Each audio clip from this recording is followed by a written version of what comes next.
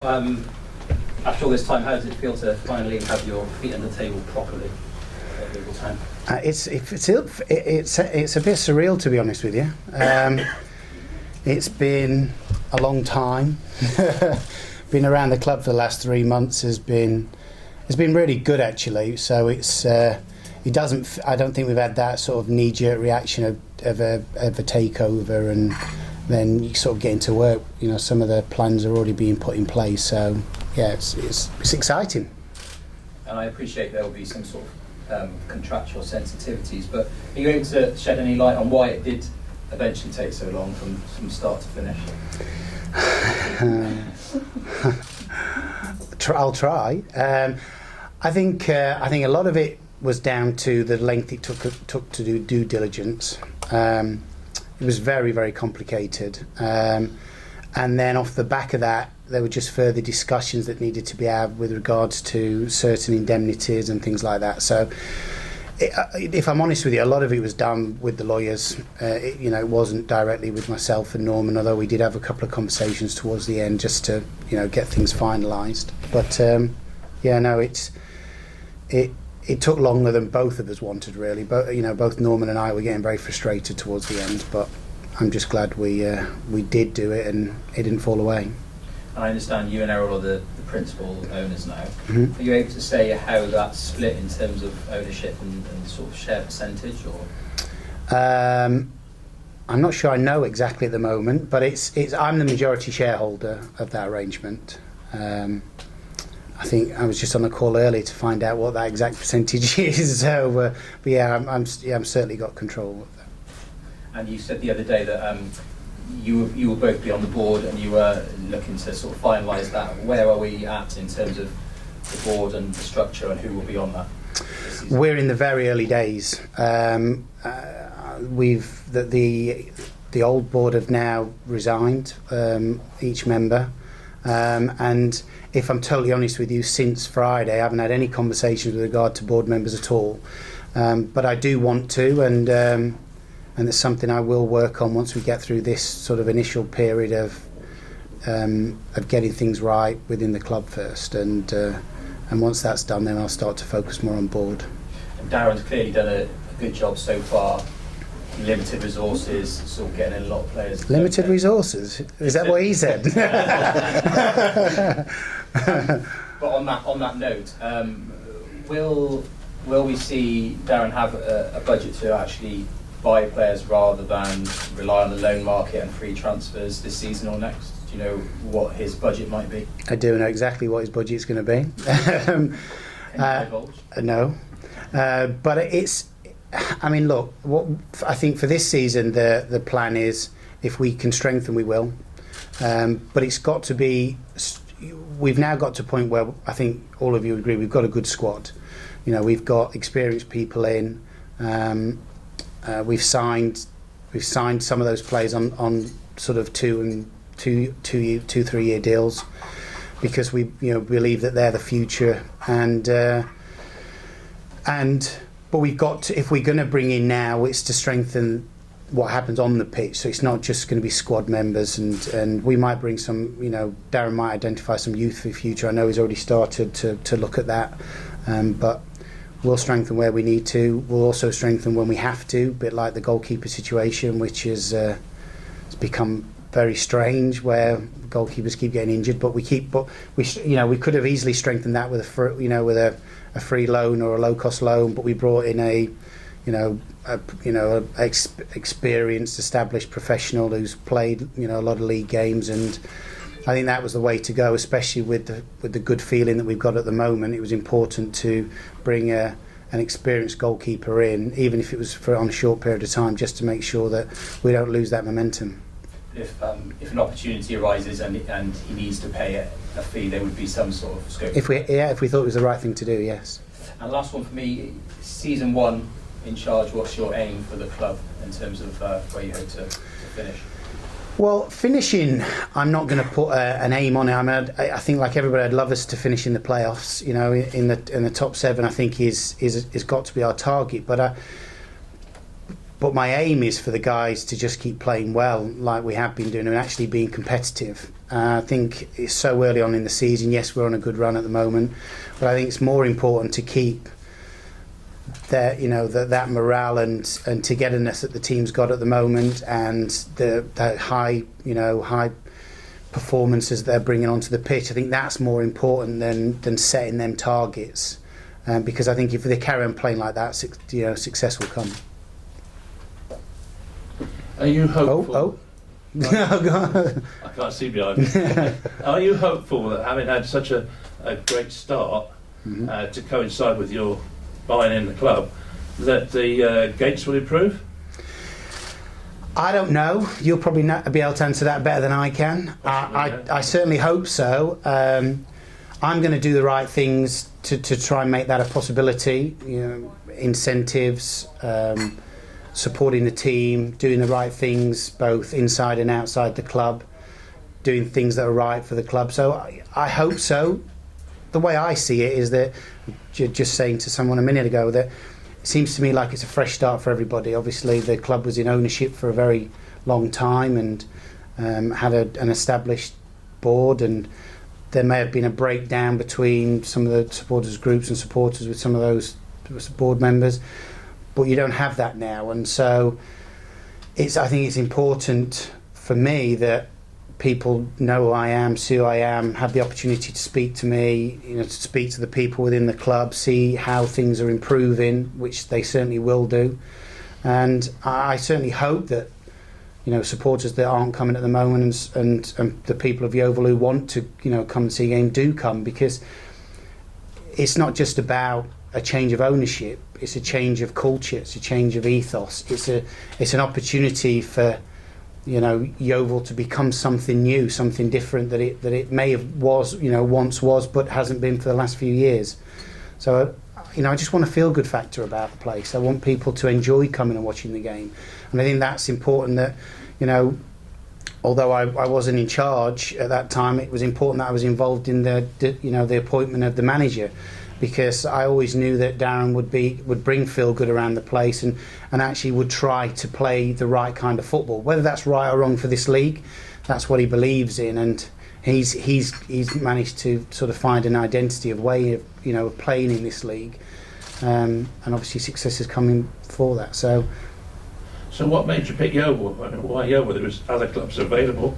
There are lots of yeah, absolutely. And I've had a few phone calls since as well. I bet. But I've tried to come up with the best answer possible for this, because I've been asked it a few times, and I keep going back. And I think if I tell you honestly, is that I wanted to buy it or be involved in a football club for probably 18 months, 2 years now. And I actually spoke to Norman about 2 years ago, I think it would have been, initially, when he said he first thought he might be interested in selling. But it's just it's the opportunity to take a big club, a historical club, back into the league and through the leagues. It's already done it, and it's had some bad times, and I think it's too much of a good opportunity to do it with the infrastructure and the setup that it's got, and also the potential infrastructure. But it's also the catchment area for Yeovil. It's such a large catchment area for supporters and potential youth players that it's kind of quite unique, probably not unique, but very, very impressive, or to have that at your disposal. So I think that it had so much going for it. Yes, there are always negative things with football clubs, debts, losses, difficulties in operation, communication. It's not like any normal business, but I think there's, with Yeovil, there's a great opportunity. So you mentioned infrastructure. Do you envisage much change to the infrastructure? Certainly, I think there has to be. I think Yeovil Football Club has been set up very similar inside for quite a long time now, and I'd be lying if I said I wasn't looking to invigorate that. Not necessarily because of certain individuals or anything like that, but just because I think it needs fresh impetus. It needs a bit of life coming to this place. and I've seen that. I've actually been to more away games now this season than I have home games. And that was deliberate, to be honest with you, because I wanted to kind of see how football clubs at this kind of level operated, what the supporters were like, how they did things. And it's sad to say that there seems to be a bit more life inside the club with other clubs than with ours. And that's not, again, down to individuals. I think that's just down to the mentality. You know, there hasn't been a change for quite a long time. And I want, you know, when a supporter comes into the stand, whether it's in here or out there or whatever it is, they come in and it seems busy and it's people are happy and people want to talk to each other and interact, and there's areas that they can go and they're not cordoned off because you haven't got this and you haven't got that. I want there to be a lot more going off in this place, really. Thank you. Rich? Yeah, thanks. So I say, on behalf of the supporters, welcome to Yeovil. Thank you. I know we've had an opportunity to have a chat a few times, but I say, for all the supporters groups as well, welcome. Thank you. That's the thing. I can say as well, the last few away games we've been to as well, a complete different atmosphere as well. You can notice that, obviously, Solihull, and then last night, Aldershot. And I think the fans summed it up when they were singing, "We've got our Yeovil back." Yeah. It's a bit of a cliche, but completely different in going around the town. Mm. And I know people say about the match day atmosphere and, you know, the feel good factor, and on the pitch what Darren's achieved so far has been excellent. And that's one way, but obviously, as we've spoken several of times, it needs to be the rest of the place that it needs sorting out. You know, once we've got the fans into the turnstiles, keeping them here. Sure. That's what we've got to do. And like you say, whether it's through the academy or through the trust with SAR as well, try and get them, utilise them on match day, you know, bringing the fans back in. And I remember when Gary was here, you could always see the shirts beforehand, you know, that you always have the Man United, Liverpool, Chelsea, etc. But there's a hell of a lot of kids then wearing Yeovil shirts, and I think as supporters, that's what we want to see again. We want to see the young kids come through the turnstile, and obviously for Saturday, Kids for a Quid, be a good one as well. And that's the thing is to keep them here as well. But I'll just say, it's just, there is a feel-good factor about the place now, and it's gradually been building up, and I think what we need to do is keep that momentum going, whatever we have to do that. And obviously, you know, as far as the supporters groups are concerned, you know, we have our monthly meetings, carry on with that, meeting yourself as well and David, and build on it, build on the fan bases that we have at the moment, and get a few more through the turnstile, whatever we can do to achieve that as well. But mostly, no, welcome to Yeovil as well.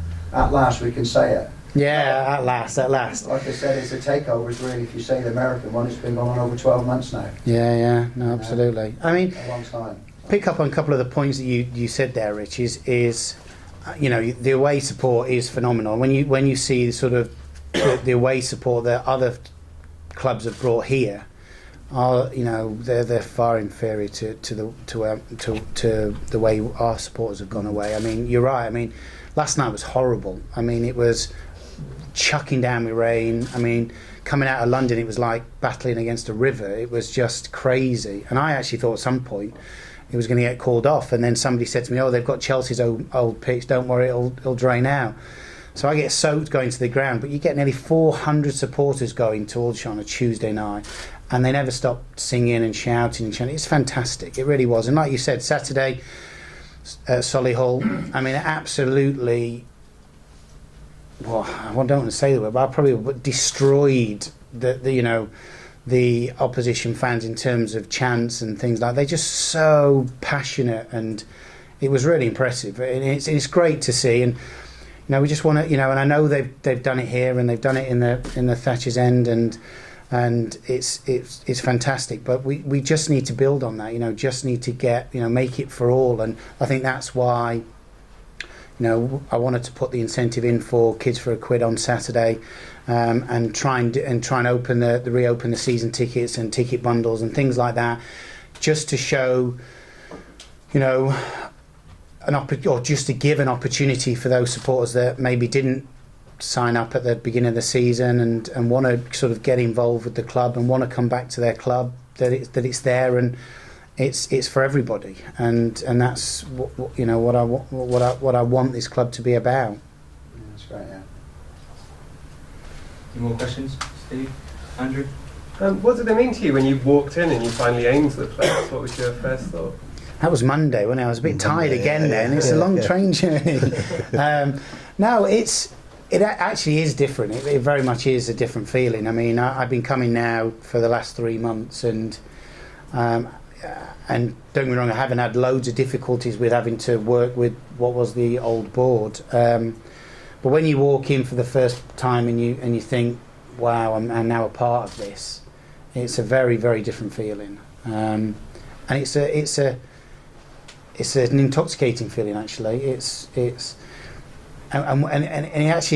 felt more this morning walking in with David, when after last night, you're doing the similar to what the fans would have been doing is getting home late, getting up early for work, travelling to work, and then walking through tired, but actually you get here and go, wow, we can make a real difference here, because there's a real good feeling about the place, and obviously we're doing well. I mean, I think that helps it when obviously things are going well on the pitch, but is that not why we're all here? Is that why we're not all involved in this football club, or what we want for this football club? It should all be geared towards creating success on the pitch, and everything else has to accommodate that and work towards that. So it's, from my point of view, this is the start of the job now, and what I and the rest of the team will be working towards. Obviously, with social media, it's not going to be long to hear what the fans think about yourself. Are you kind of ready for that? What kind of comments and thoughts are you expecting from fans? I'm not ready for it. I'm definitely not ready for it. I was talking to Brendan earlier. I'm not ready for it, but I'm going to try. I mean, it's very different. I've worked with lots and lots of different businesses, and I've ran different businesses, and I think that well, I know that's one of the areas that I will get right with Yeovil is doing things that are right for the business, the football club, and we'll get that right in a very short period of time, and we'll start moving forward. Now, I've already got ideas, and I've already got meetings lined up for next week to try and accelerate that process. But with regards to social media, I will be staying off it. I won't be reading it. I get an occasional comment. You gave me one today, and that's the way it'll be. But social media is a part of life, and I know that as well as everyone. I used to actually run a social media agency in London, or owned a social media agency in London, so I'm fully aware of its power and its strength. I think from my point of view, I'm still a little bit more old school. I want to build relationships offline. I want to be able to bridge. I want to rebuild the relationships that have maybe broken over the last few years with different individuals and organisations, and I'll be doing that offline rather than online, and I'll leave people within the club to deal with the online side.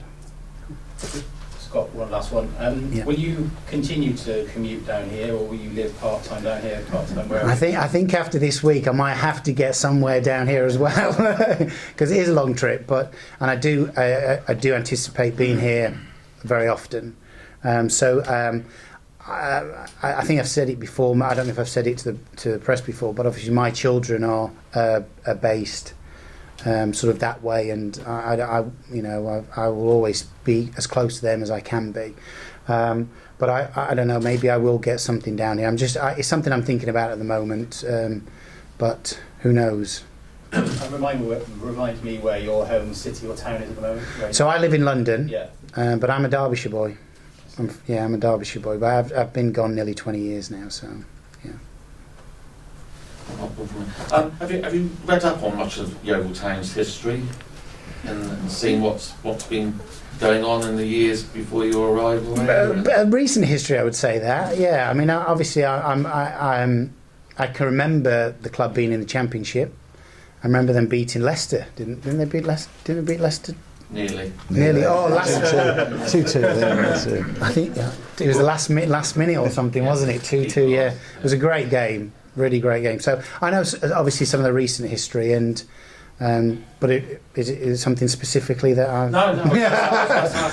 Yeah, no. I mean, I know about the obviously I think it'd be unlikely for me to hear to know of the recent difficulties or separation between supporters and the board of recent times, and I think that was one of the reasons why I looked to sort of, or asked rather, while we were going through the sort of DD and SPA process, that the existing board sort of stepped down on completion. And to be honest with you, I think they understood that.